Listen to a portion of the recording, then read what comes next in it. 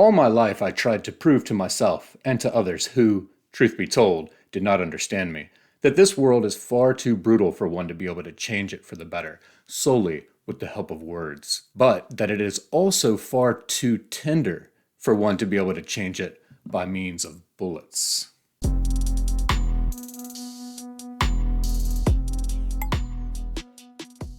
Hey everybody, thank you for watching Leaf by Leaf. As always, today I'm talking about the Moscoviad by Yuri Andrukhovych. This is in fact the first ever Ukrainian novel that I have read, so it's a very monumental occasion in my life. I hate that the unfortunate circumstances in the world precipitated this into being. Nonetheless, I am thrilled that I've been exploring and experiencing such great poetry and prose. I was recently in Israel, and the very first night we stayed at a hotel at the seaside of Netanya, and the next morning on my way to breakfast I noticed that there was a piece of paper taped to the elevator near where the buttons are, and it was all in what appeared to be Russian at first, but Cyrillic nonetheless. And in my tired, jet-lagged brain fog, it didn't occur to me until later when we talked with a Jewish fellow who was there from Baltimore, and he told us that there were 55 Ukrainian and Russian refugees living in that hotel. And then when we assembled with the group I was with in the lobby, there was a little kiosk off to the side for Israeli immigration.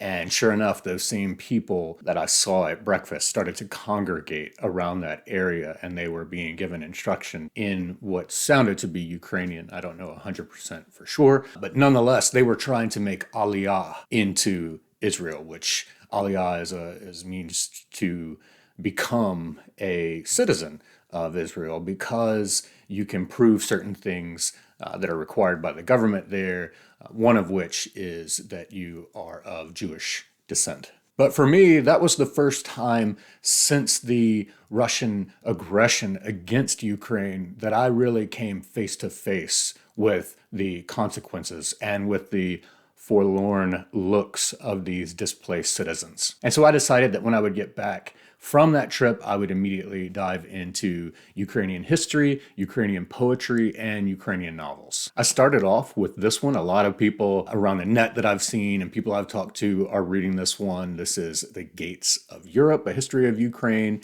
and it's by Serhii Plokhy.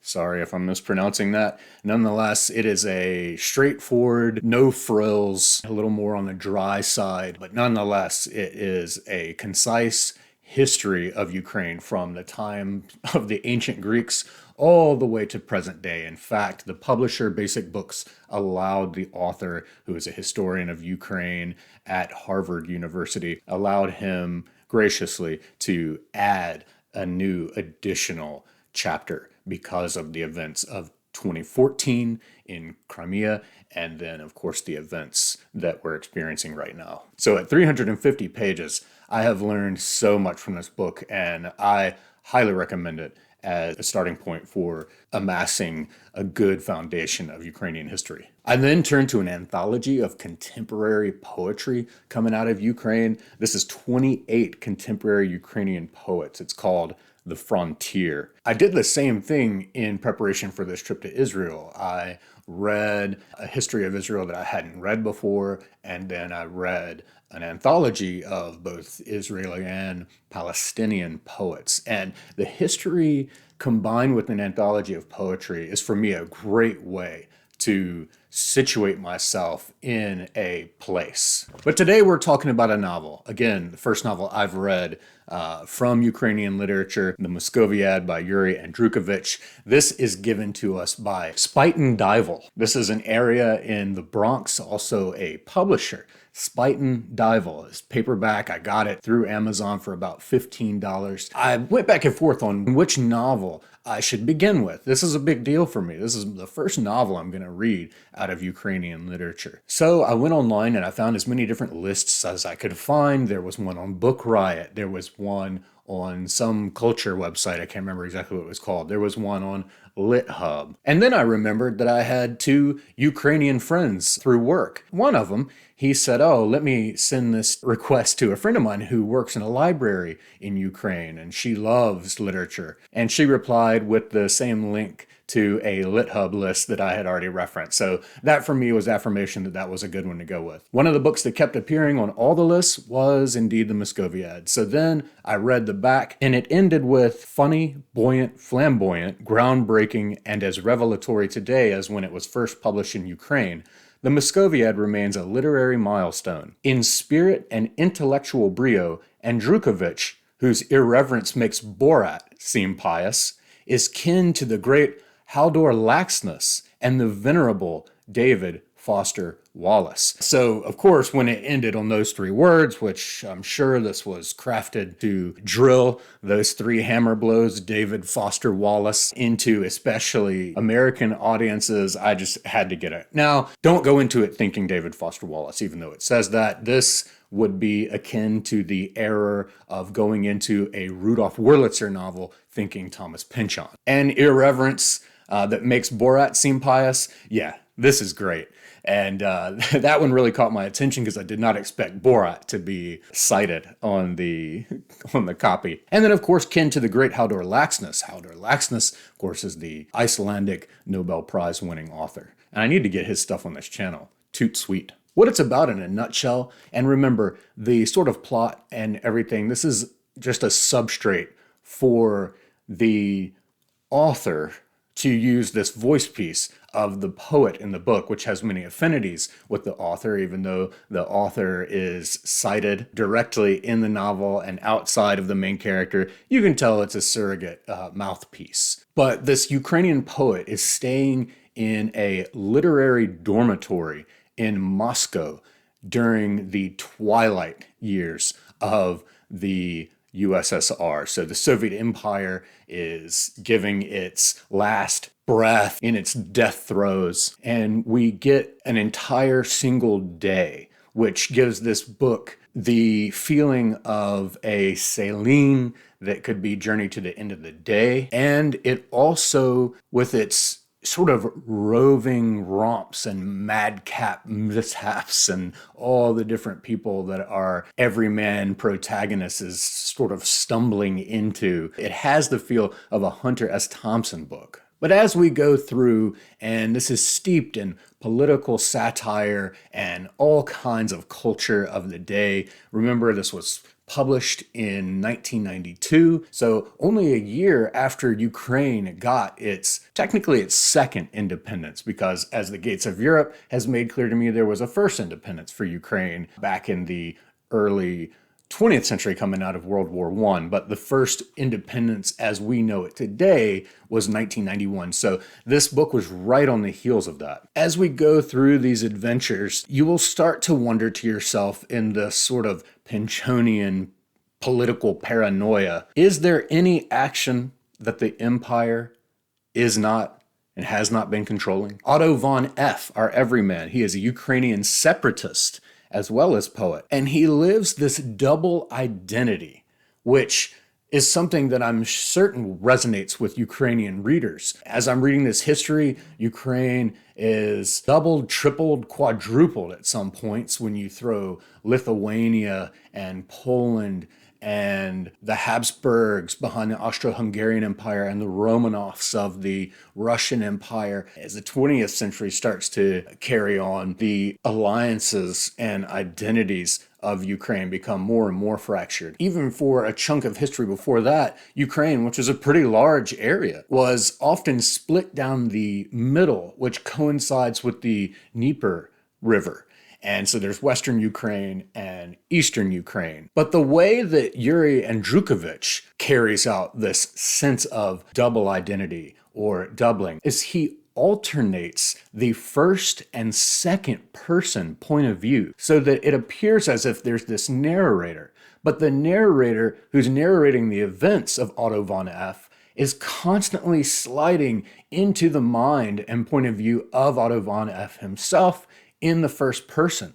And over you you get that they're the one and the same, but the way that it alternates and the way that Andrukhovych just keeps this liquid flow back and forth really gives that effect of the narrator somewhat objectively telling the story of himself. But he's constantly sandwiched between two different places, two different trains of thought, two different modes, two different identities. And I think this is why one of the last scenes that we see, or one of the last images that we get in the book, is Otto von F, or at least one segment of his identity, sandwiched in a train car in between the ceiling and his top bunk bed. It gives that claustrophobia of being sandwiched between two seemingly impenetrable forces, which is much, much, much the story of Ukraine itself. And all of this works so well for a paragraph that's delivered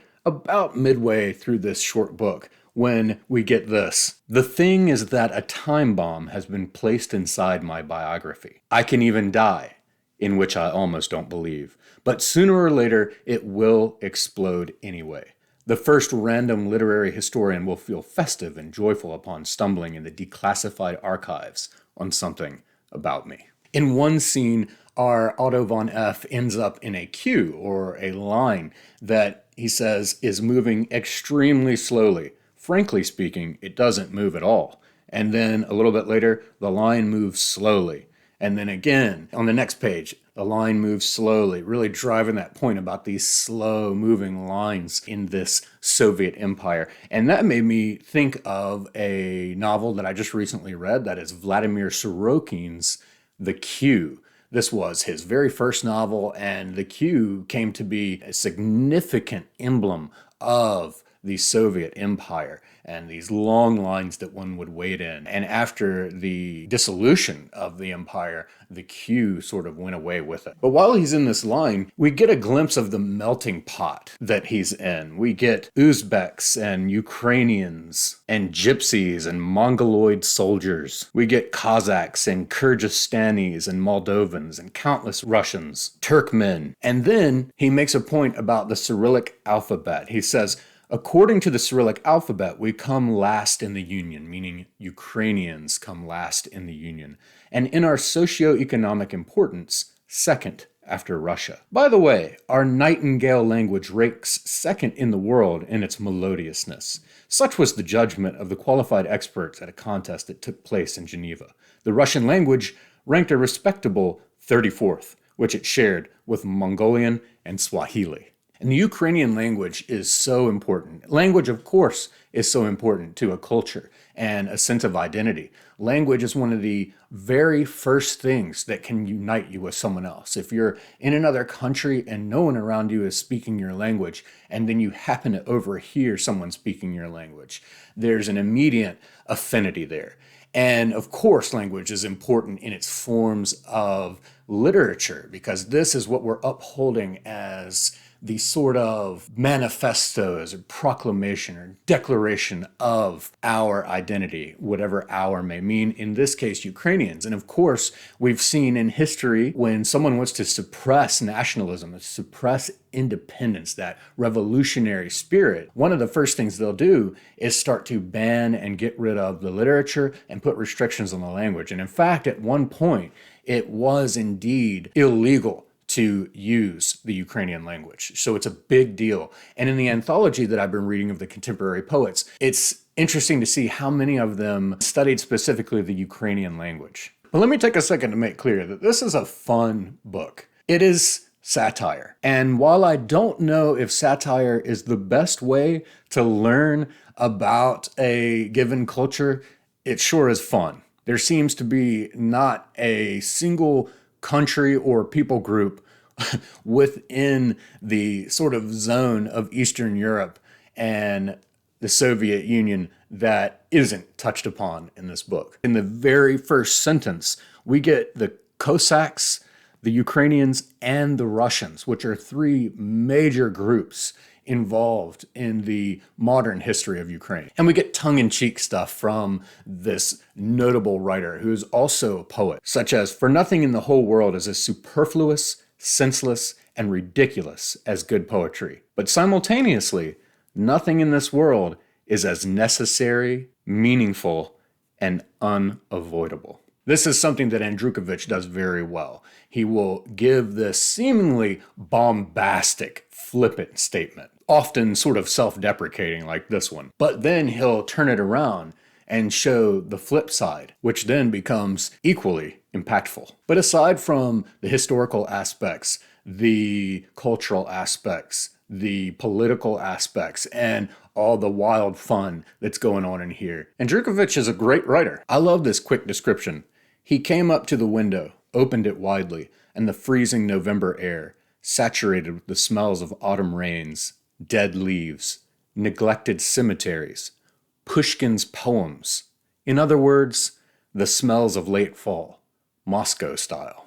And he can go on a good diatribe, such as this one on Moscow. This is the city of losses. This is the city of 1,001 torture chambers, a tall advanced bastion of the East in anticipation of conquering the West.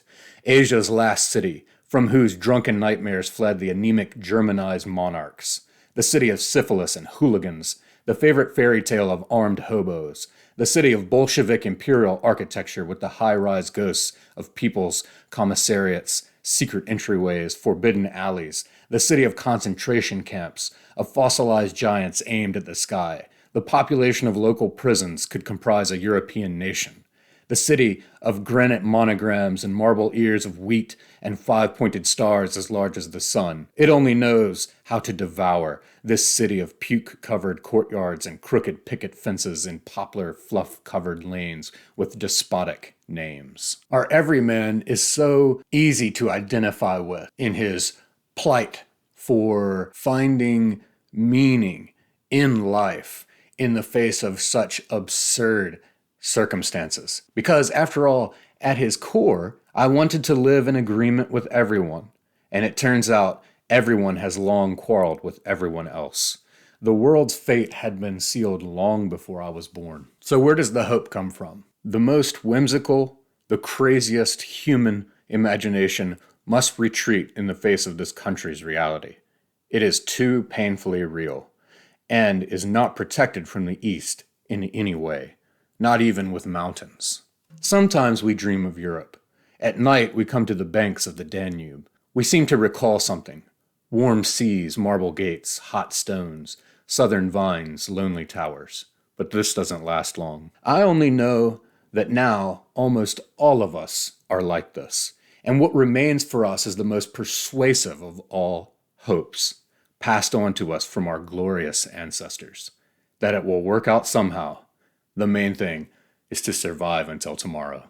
If you're looking for a great place to start with getting acquainted with the Ukrainian disposition, the Ukrainian mindset in many different flavors, because there's not just one type of Ukrainian. If you want to glean some of the history and give yourself tastes of things that you can dive into and look into further for yourself. If you just want to have a good time reading a hilarious romp of a novel, you would do very well to read The Moscoviad by Yuri Andrukhovych.